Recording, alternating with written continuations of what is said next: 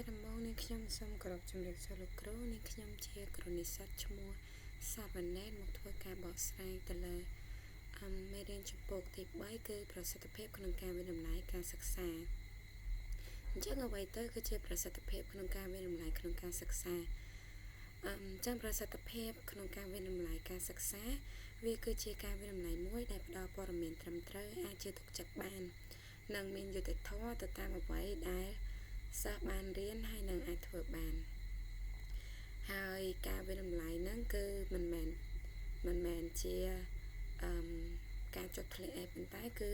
វាជាការវាស់វែងហើយវាមានតួនាទីក្នុងការជួយជំរុញការរៀនការលើកទឹកចិត្តនិងការកែលម្អការបង្រៀនទៀតផងចូលមកដល់ចំណុចមួយទៀតគឺយើងនិយាយអំពីប្រភេទនៃការវិនិច្ឆ័យឬក៏វិធីសាស្ត្រដែលគេអាចយកមកប្រើក្នុងការវិនិច្ឆ័យហ្នឹងអញ្ចឹងវិធីសាស្ត្រហ្នឹងគឺមានដូចជាប្រភេទវិធីសាស្ត្រក្នុងការវិនិច្ឆ័យហ្នឹងគឺមានដូចជាការសង្កេតដោយគ្រូផ្ទាល់ការសួរសំណួរផ្ទាល់មាត់ការធ្វើតេស្តឬក៏ការបង្កើតតេស្តឲ្យសិស្សធ្វើ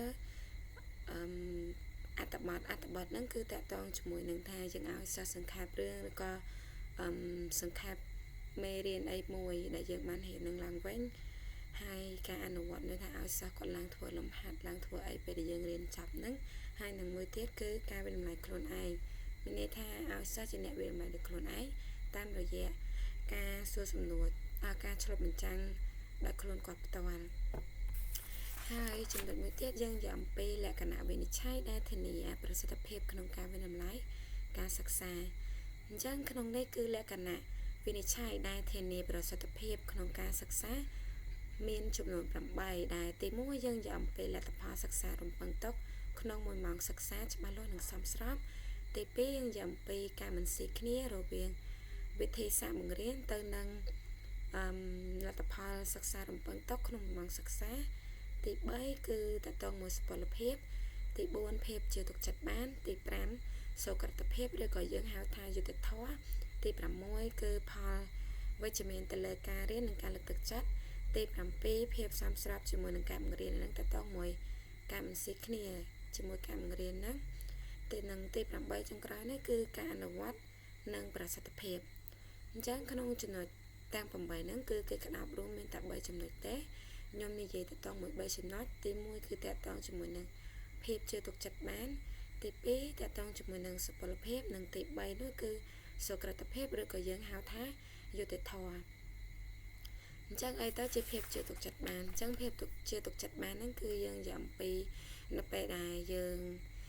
ដាក់កម្រងសំណួរទៅឬក៏ដាក់តេស្តទៅឲ្យសិស្សធ្វើហ្នឹងគឺអាតេស្តហ្នឹងគឺវាអត់មានកំហុសមានន័យថាវាអត់មាន error អីណាពេលយើងដាក់ទៅគឺមានន័យថាវាត្រូវទាំងអស់តែម្ដង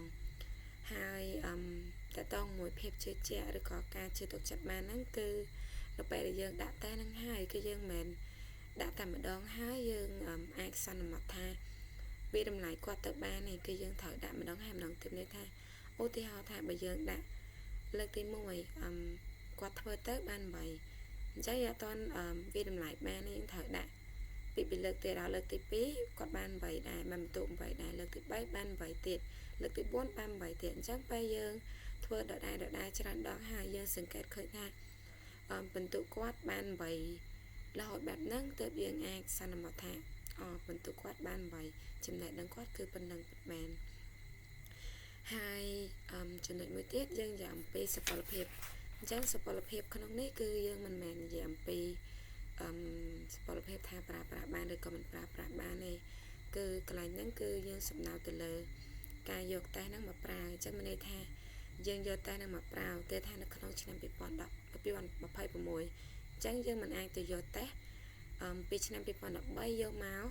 ឲ្យសិស្សដែលយើងរៀននៅក្នុងឆ្នាំ2026នឹងធ្វើបានទេព្រោះអីការបរៀនគឺវាមានតែវាតែងតែមានការអាប់ដេតទៅរហូតអញ្ចឹង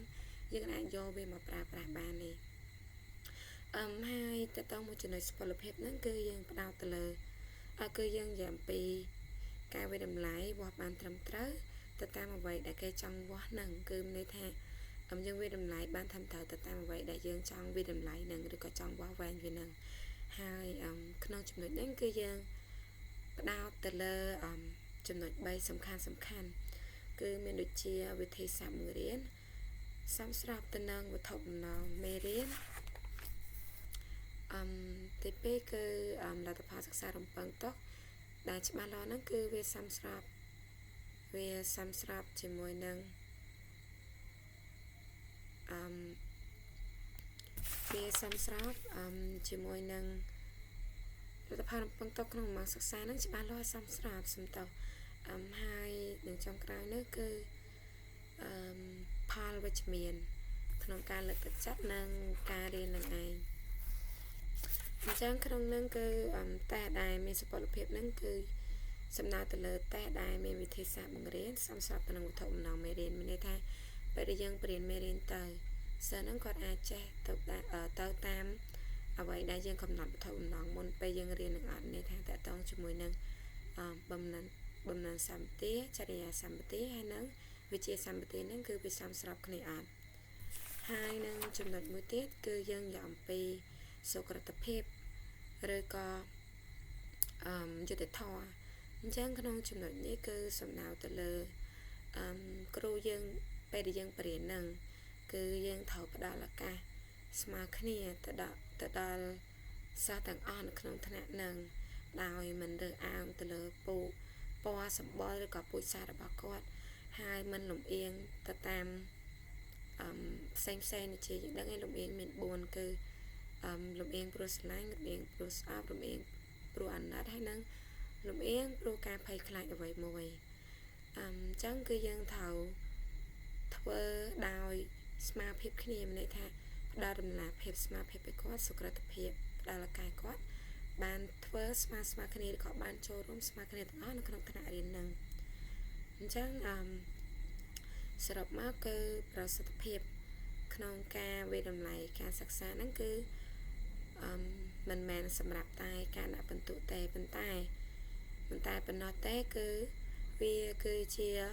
ឧបករណ៍សំខាន់មួយក្នុងការលើកកម្ពស់ដល់ការរៀនការលើកទឹកចិត្តក៏ដូចជាការកែលម្អការបង្រៀនរបស់យើងផ្ទាល់ហើយគឺការវិតម្លៃហ្នឹងមានប្រសិទ្ធភាពបានលុះត្រាតែគ្រូជាអ្នកអនុវត្តប្រកបដោយដំណាភាពយុត្តិធម៌ឬក៏សុក្រតភាពនឹងដោយមិនកាត់ទៅលើលំអៀងអ្វីមួយទៅការវិតម្លៃនោះមានប្រសិទ្ធភាពច្បាស់លាស់នឹងអាចយកជាការបានហើយនឹងអាចដឹងអំពីសាររបស់យើងបានអញ្ចឹងចំណុចរបស់នាងខ្ញុំគឺការសង្ខេបរបស់នាងខ្ញុំគឺមានតែប៉ុណ្ណឹងសូមអរគុណលោកគ្រូបើសិនជាមានចំណុចខ្វះខាតតំណាច់សូមលោកគ្រូជួយណែនាំបន្ថែមផងសូមអរគុណ